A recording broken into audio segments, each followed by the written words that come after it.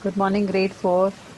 Today we'll be doing the part 2 of lesson number 1, that is food and digestion from the term 2.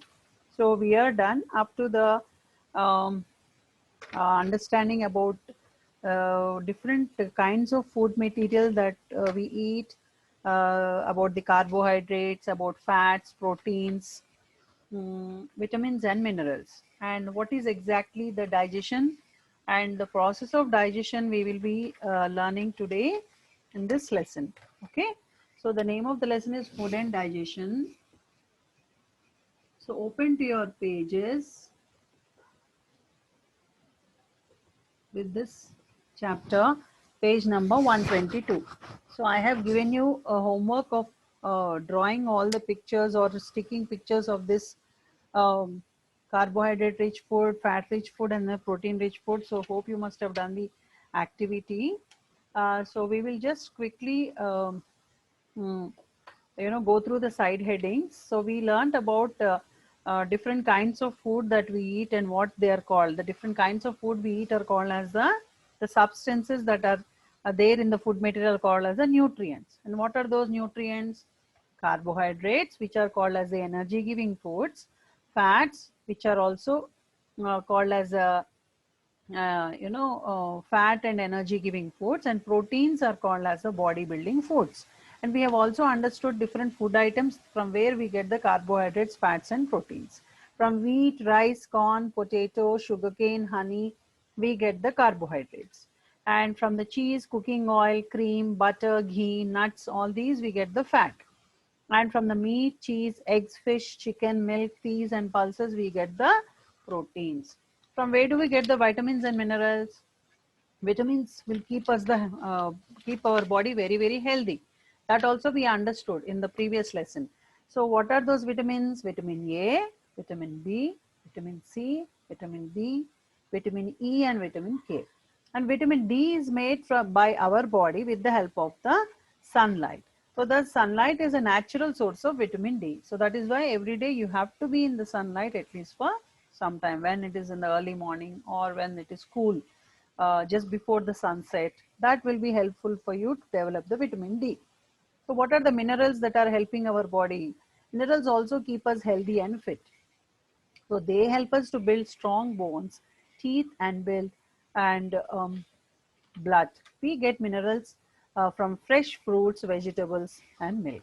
So this is all about the nutrients that help our body to stay safe and grow. Okay, and also give us the energy. So what is digestion? What happens after you eat the food? The food has to undergo the process of digestion. So what is the spelling of digestion? Digestion, digestion. So as and when we are doing the lesson, the difficult words you have to underline them. So at the end of the lesson you have to write them as the new words. Okay, so now the digestion, what is the digestion? Now let's read from page number 124. The food that we eat cannot be absorbed by the blood. So you are eating rice, you are eating roti, you are eating vegetables. So they're all big quantities and they're all big in their size, the molecular size. So what happens? Will the blood be able to take it? Because ultimately the nutrition has to go to your blood, because blood alone is flowing in your body, that only will have the nutrients in it. So all food has to be digested. Digestion is a process in which food is changed into a simpler form. So what is digestion? Digestion is a process in which food is changed into a simpler form. In this simpler form, it can be absorbed by the blood. It is then carried to the different parts of our body which need this food. So when you are eating your food, you are understanding that, okay, the food is directly sent to the stomach. So it is going to different parts of the body. You think the vegetables are going to the hand and the fruits are going to the legs. They're giving you energy. Is it that way? It's not like that. The food that we are eating is completely getting digested and then it gets mixed into the blood. And this blood is circulated to all parts of our body from the stomach and intestine. That is giving you the energy, that is giving you the nutrients of the food. So when you say digestion, will you just understand if I say digestion to you? No. There is a procedure for every scientific method that is going on in your body. So the process of digestion you need to understand with the help of the picture. So in the figure 1.6, when you observe, what do you have? Initially you have the mouth. Okay, from the mouth the food is passing to the food pipe. This is the mouth. Okay, so from the mouth you are eating the food, you are putting into the mouth and it is going through the food pipe. What is this? Food pipe, which is there in your throat. From the food pipe, it is just going to the stomach. Okay, it's going to the stomach. But before it goes to the stomach, what is there here? There is a liver. There is a liver, it's a gland. Okay, so this liver also helps us in digestion. And there is also one leaf-like structure which is called as the gallbladder. What is this? This is the gallbladder. So both these are helping in digestion. Okay, the food goes to the stomach. From the stomach, the food is passed to the different intestine, and then it goes throughout the anus. So here it is the small intestine, and here it is the large intestine. So what is happening in the small intestine, what is happening in the large intestine, that we will come to know when we are reading about the digestive system. So the process of digestion, what is it explaining to you basically? Let's read it. We eat or drink through our mouth. When we take a solid food, we cut it and chew it with our teeth. So the food that you eat, you bite, you swallow, only then the food gets digested properly. So when we take a solid food, we cut it and chew it with our teeth in the mouth. A digestive liquid, saliva, mixes with the food. So when you are eating it in the mouth, when you're putting it in the mouth, the saliva that is present in the mouth is getting mixed with the food. This makes the paste of the food. Saliva also changes the starch into sugar with the help of enzyme. So what is change? You look at the diagram that is given in your textbook rather than the one on the board, because we have to write the name of the enzymes and the parts that are involved in the digestion. So look at the figure. First, the food is put in the mouth. In the mouth, it gets mixed with the saliva. So what I am writing here? Saliva. Here I am writing the food. Food plus saliva. So what has come after saliva? It is mixed. It mixes with the food and it makes it into a paste. It makes it into the paste of the food. Saliva also changes the starch into sugar with the help of enzyme. So here the starch is changed to sugar.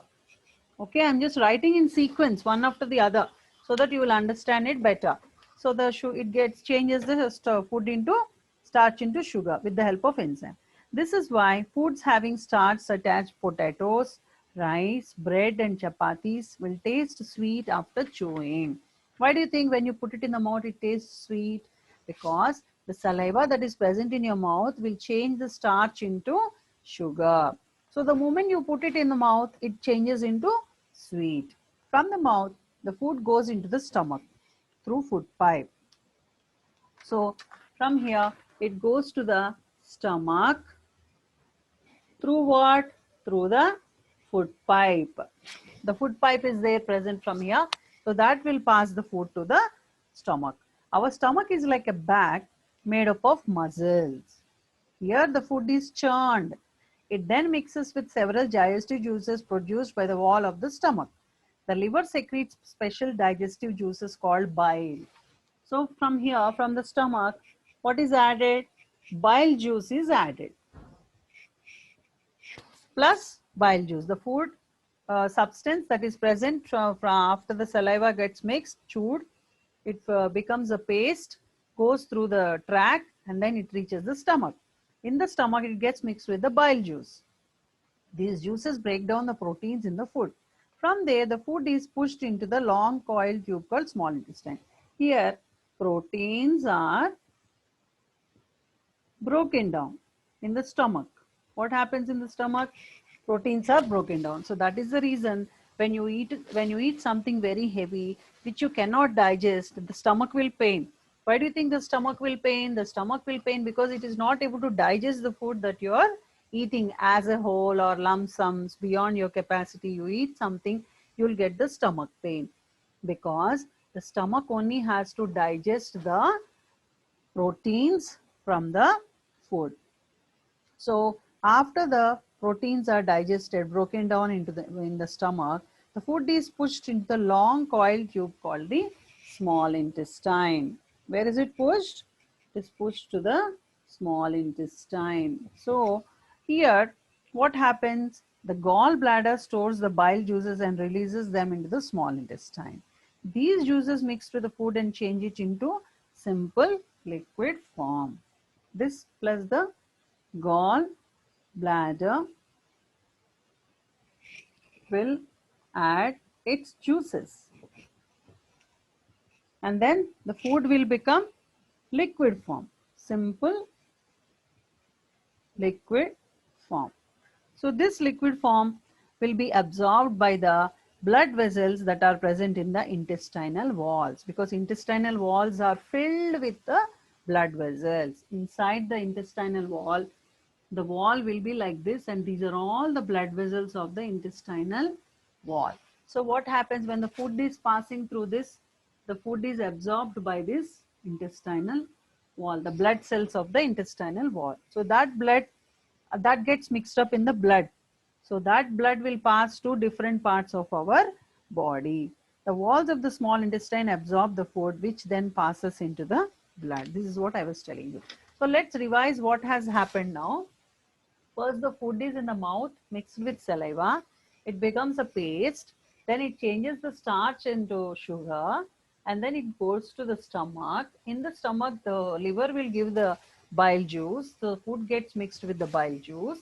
Then the proteins are broken down into simple substances. Then food reaches the small intestine. There, the gallbladder will add the juices to it. Then the food will become a liquid form. This liquid form is absorbed by the blood vessels of the intestine, which is again sent to the blood of the body. Entire part of our body will receive the food material that you have eaten.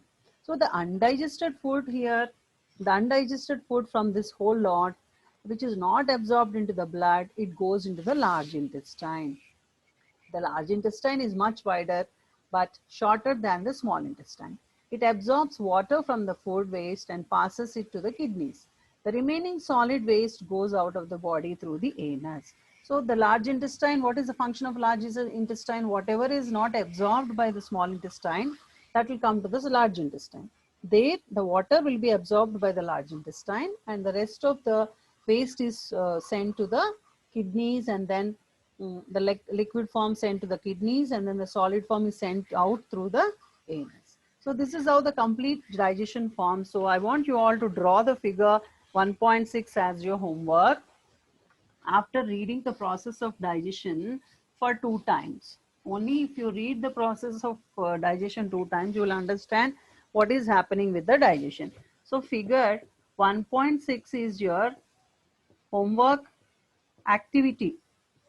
So this you have to do on any of the white pages or the chart papers, and you have to do the labeling also very properly. So what are the rules for the healthy digestion? Now let's read about the rules for the healthy digestion. Page number 125. So we should develop certain habits to increase the digestion. What are those habits? Let's see how many of you are having those good habits. Okay. So take food at fixed hours. Do you do that? Yes, you have to do proper breakfast in the morning, lunch in the afternoon, and then dinner at night. Chew the food well. You have to chew it properly with your teeth. And do not overeat. It causes uneasiness and indigestion. So sometimes children are fond of potato, children are fond of chips, or children are fond of this pizza, burger, all this junk kind of food, ice creams. So what you do, you tend to eat so much, which you like. Even if your mother says don't eat so much, you tend to eat so much. So after you eat so much, what happens? You will get stomach pain, right? So that is the reason you should not overeat any food. It causes uneasiness and indigestion because your stomach will not have the capacity to digest that food, extra food. So next, point number 4, have a balanced diet having carbohydrates, proteins, and vitamins. So do not eat when you are angry, afraid, or worried. So we should eat only when you're hungry, not when you're angry. So just put a title, eat when you're hungry, not when you're angry. Just below the drawing, you can write, eat only, okay, eat when you're hungry,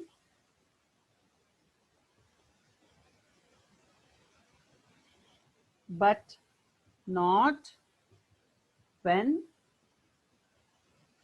you are angry. Eat when you are hungry, but not when you are angry. So let's make it as a title and you just write it as a caption below your diagram.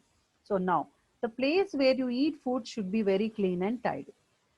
Eat green vegetables every day. Drink plenty of water. Wash your hands before and after eating. Wash your mouth and rinse your teeth after every meal.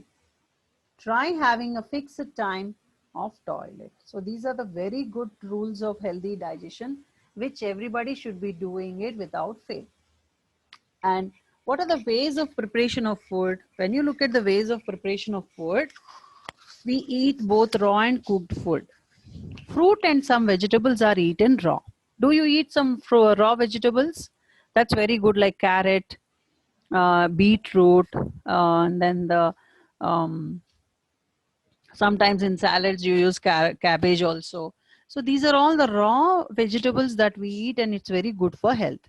Fruit and some vegetables are eaten raw. Some fruits, all the fruits are eaten raw only. Raw means which is not cooked. What is raw? The one which is not cooked. So the raw vegetables should be washed well before eating. This will free them from dust and germs. So for example, you're directly taking from a garden and eating some carrot. It will have a lot of dust, lot of germs in it. So what you have to do, you have to peel it, you have to wash it thoroughly and then only eat it. Most foods are cooked before eating. So that is the reason why we eat. We cook the food, we wash them thoroughly, then we cook them thoroughly, and then we eat the food. So now, advantages of cooking food. Why do we need to cook food? Can't we just eat them? Just bringing from the garden or bringing from the shop, can't we just eat the rice? Why should we cook it? Can we eat like that? No. If you can give your reasons, then you will understand why should I eat cooked food. Because if the rice is hard, can you eat the food? You cannot eat the food. And if the food is not soft, you cannot eat. And if the germs are remaining with the food, we cannot have our food. And it will also be very tasty if you cook the food. So what are the 3 reasons that make us cook the food? Let's read. Advantages of cooking food. Proper cooking makes food more tasty. Cooking makes food soft and easy to digest. Cooking kills germs present in the food. It makes food safe. So there are many methods of cooking. What are they? The pulses and rice are cooked by boiling them in water. Bread, biscuits and cakes are cooked by baking. Chapati is cooked by roasting. So you see page number 125. You have the different methods of cooking given over here. And at home also you know how your mother cooks the food. From that, you will easily understand what are the different methods of cooking food. So you can go and ask your mother, how do you cook dal? How do you cook rice? And how do you make chapati? How do you mix atta? All these questions you can ask your mother. She will tell you how she prepares the food material. And you can also check what are the food materials that you can eat raw and what are the food materials that you cannot eat raw. So you make a list for yourself. How will you make a list? Food that can be eaten raw. Food that can be eaten. Raw is one column, cooked is one column. So you have to make this table and you have to write all the items here. What you can eat raw? What are the items you can eat raw? You can eat carrot, you can eat radish, you can eat beetroot, and cooked rice, vegetables, meat or fish. And here you also can eat um, fruits also can be eaten raw. So you have to write like this different items which you can eat raw, which you can eat cooked. In your notebook you have to do this activity also. So now let's read from page 126. Dried vegetables, eggs and puris are cooked by frying in hot oil or ghee. Frying also improves taste. Idli, dhokla and rice are cooked by steaming. The food cooked by steaming is light and easily digestible. So he is giving us different food items. Some of them are fried, some of them are eaten by steaming. So he's giving us different food items. So cooking, good cooking habits. What are the good cooking habits? So when you learn these good cooking habits, you have to tell your mother to do follow these. Let's read them. Good cooking habits are necessary to prepare food. The vegetables should be washed before cutting them. We should not wash vegetables after cutting because in doing so, certain vitamins and minerals are lost. Do not throw the water in which vegetables, pulses or grams are soaked or boiled. It may contain vitamins and minerals. Food should be cooked in clean utensils using clean water. Food should be cooked with just enough water. Overcooking should be avoided. Overcooking destroys the vitamins present in the food. So the overcooking should not be done. Like overeating should not be done. Overcooking also should not be done. Food should be cooked with just enough of water, and whatever you soaking, you use the same water. And do not throw the water after cooking the food, and before cutting only you have to wash the vegetables. So these are some rules that when you have to follow for the preparation. Preservation of food. All vegetables, fruit and cooked food get spoiled at room temperature after some time. Such foods lose color and taste. We should protect the food from getting spoiled. Cooked and uncooked food can be stored to be used later. This kind of storing is called preservation. So what is it called? This kind of storing is called as the preservation. Some common methods of food preservation are discussed below. So if you don't preserve food, sometimes you will get fungus on the food. So you don't want to eat the food which is not properly preserved. If you don't keep a lid, what happens? Some insects will fall into it. And if you don't keep in refrigerators, low temperature, the food will get spoiled. Like for example, milk and curd. So now, storing the food at the low temperature. Some common methods of food preservation and discussed. So how do we store the food material? You can also check this with your mother. You can just ask your mother, how do we store our food at home? So she has so many answers for it. How do we store? Storing the food at low temperature. The food stored at low temperature is not easily spoiled. This can be done by placing the food in a refrigerator. We can keep our cooked or uncooked foods such as eggs, milk, vegetables, and fruit in the refrigerator. Storing in airtight containers. The food may be preserved in airtight containers. These containers keep away moisture and help in preserving food for a longer time. They also keep away insects, rodents, and vermins. So storing in airtight containers will always help us from not entering the worms or the rodents or the insects or any worms. So by boiling is a common method of preserving food. It destroys germs which spoil food. Milk is commonly boiled in homes to preserve it for short period. So if the milk is there, you're getting in packets. So if you don't boil it, what happens to the milk? It will get spoiled. So for to preserve it from getting spoiled, you have to boil the milk now. So what are the three methods we use for storing the food, for preserving the food? storing the food at low temperature, storing in airtight containers, and boiling the milk and other things. Now, keeping in sugar syrup is also a method. When you look at page 127, there is a figure 110 here. So how do you do it? By keeping it in the sugar syrup also, sometimes you can preserve certain food materials. Let's see what it is. Concentrated sugar syrup is also good preservative. It prevents the growth of bacteria. Various jams are prepared in this way. So you are eating a jam from the jam bottle, you're eating pickle from the jam from the bottles, and some dried food items are amla is also eaten, which is preserved in the sugar syrup. So this sugar syrup, sometimes when it is concentrated, it is acting as a very good preservative and it prevents the growth of bacteria. So next is drying. So you must have observed your mother keeping the food items in the sun to dry them up. Why does she want to dry them up? She wants to dry them up because if some moisture is there, it gets dried off because of the heat of the sunlight. So if the moisture is not there, the bacteria will not grow or the fungus will not grow and the food items will remain as it is. So this is the reason why during the summer season or when it is very hot, what she does, she will dry the food items. First she'll dry before she keeps it in a box.